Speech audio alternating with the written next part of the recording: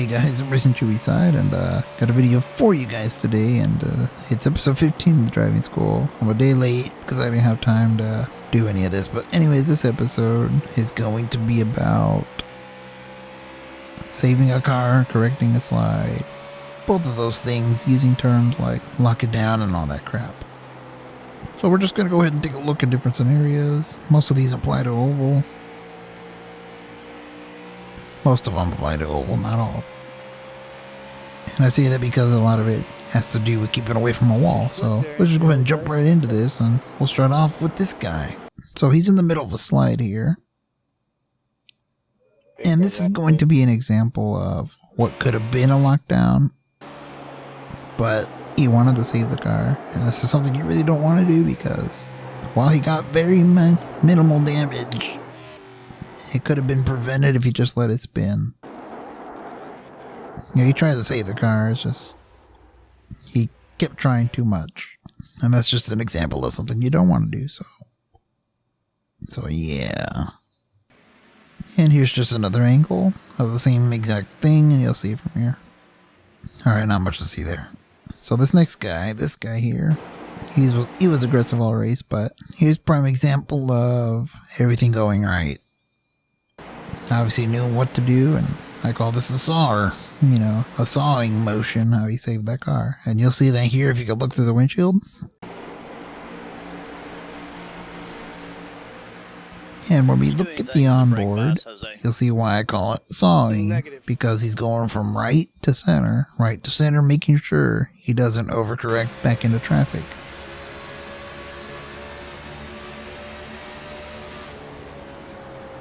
But you can see this is all in real time. You'll see how fast this happens once he makes contact with the 19, which is on the outside.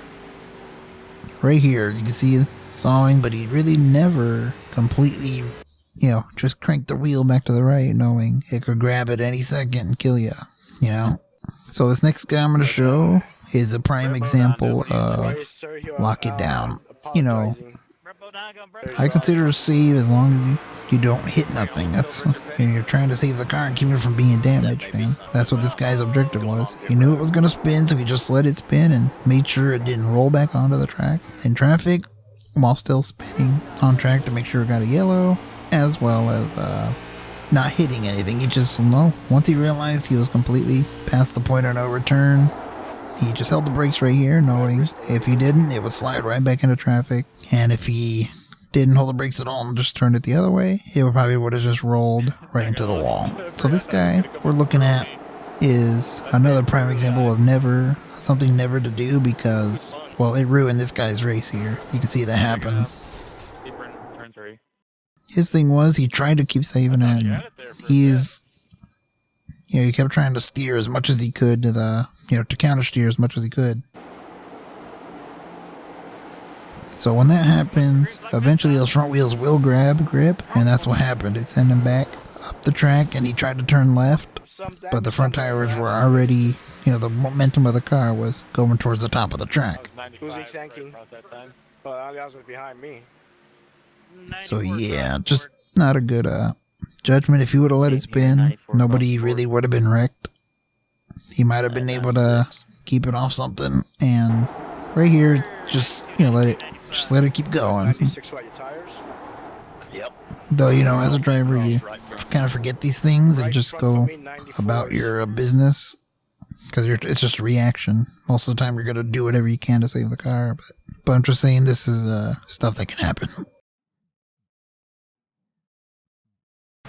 So this is just me driving.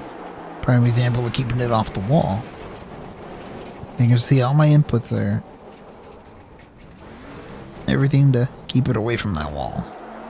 Even though it all started because of a wall, but still.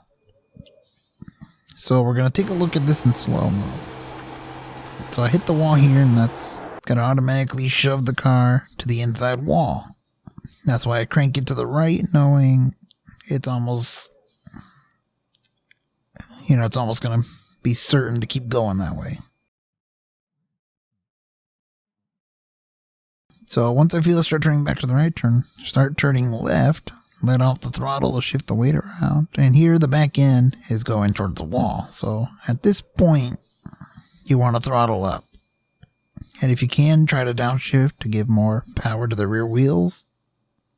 And just smash the throttle to keep it away from the wall. Remember, we're no longer trying to keep this thing from spinning. We're now trying to keep it from smacking that wall. So I'm smashing the throttle here, and once it starts getting to the backwards section here, like this, hold the brakes, and the momentum should still be sliding towards the outside wall. Manner, I guess? I don't really know how to explain that one. Just hold the brakes. Really not much I can do here. You're just on for the ride here, and then, I don't know. Once you feel the car start to straighten back out, start releasing the wheel back to center and release the brake slowly. Then you can sort of throttle up once you get it pointed straight again to kind of right yourself, puts all the weight to the rear. And at this point, the back end keeps shifting. So now, again, like we did the first time, we're going to counter steer back to the left and smash the throttle because I don't want to hit that. So that's pretty much it. I don't really know how else I could explain this, so yeah. This is what, episode 15, so we'll see you back at episode 16 in a couple weeks. Just see some footage there in real time. And so yeah, I kind of, again, rushed this one out, even though I was late a day, but whatever. Anyways, it's iRacing Chewy sign.